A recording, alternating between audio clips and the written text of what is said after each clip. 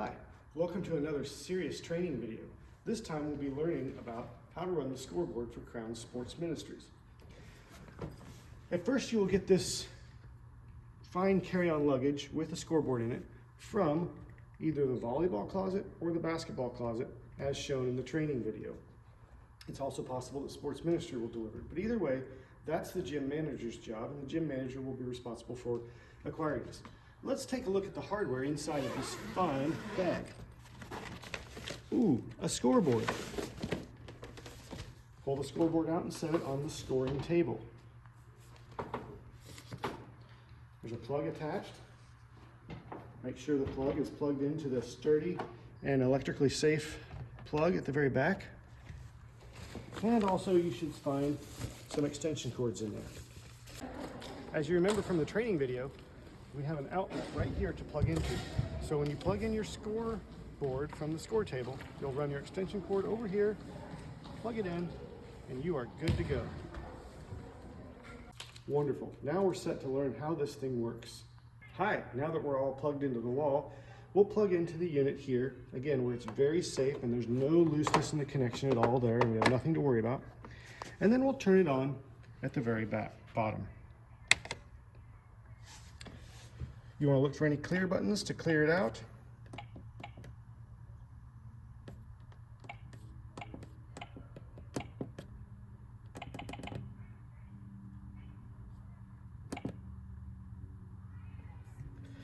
And the most important thing we want to do is we want to make sure we're in the right function. There are 12 available functions on this, but to be honest with you, the only two that really work well for us are function 1 and function 4. Function 1 is the easiest function to use. So to make sure you're in function 1, push the function button and it'll say F1. If you're not in function 1 and you want to be, because that's what we're going to train for, simply keep pushing it until you scroll all the way through until you get to function 1. Once you're in function 1, what we want to do is make sure everybody knows which team is on which side. And that's your home guest button.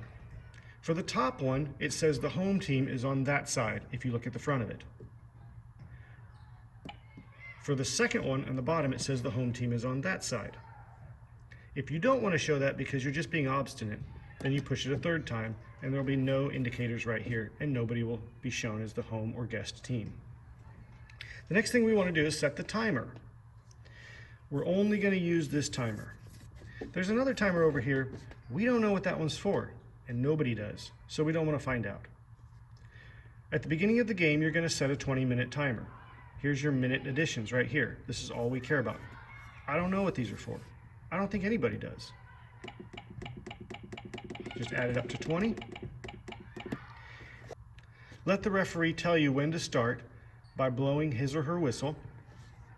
And once they do, you start the 20-minute timer. The referee will then watch the 20-minute timer to allow the teams on the court to switch during their warm-ups. As soon as this runs out, and it'll get to 0, you want to clear it. If you reset it, it'll just reset it back to 20. Now that we're ready to play our match, you want to set a 1-minute timer to be ready for any timeouts. As soon as a team calls timeout, and once they're established in their timeout, you start their 1-minute timer. The timer will run for a minute, the referee will get them back into play, and then you reset it back to a 1-minute timer. If for some reason you mess something up, all you have to do is hit clear and start over. This will be ready for you for any timeout that's called. This is not a very loud system, but you have an opportunity to run through this. If you need to try to call a down ref or somebody for something, you can use this. It's not very loud. But if you think it's too loud, you can hit this and it'll be quieter. If you want to change the tone for fun, you can go to that one and you get that noise.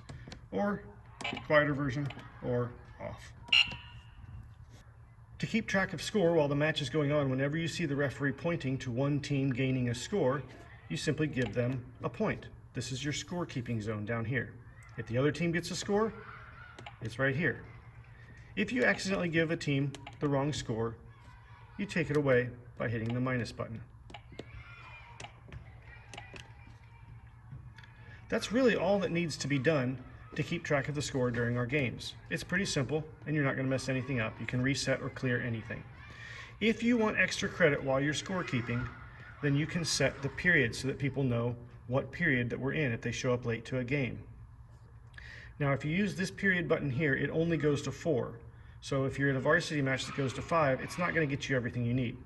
But what you can do is you can use this button here that controls this screen. It's a little bit backwards here, but it looks better on the home screen on the front.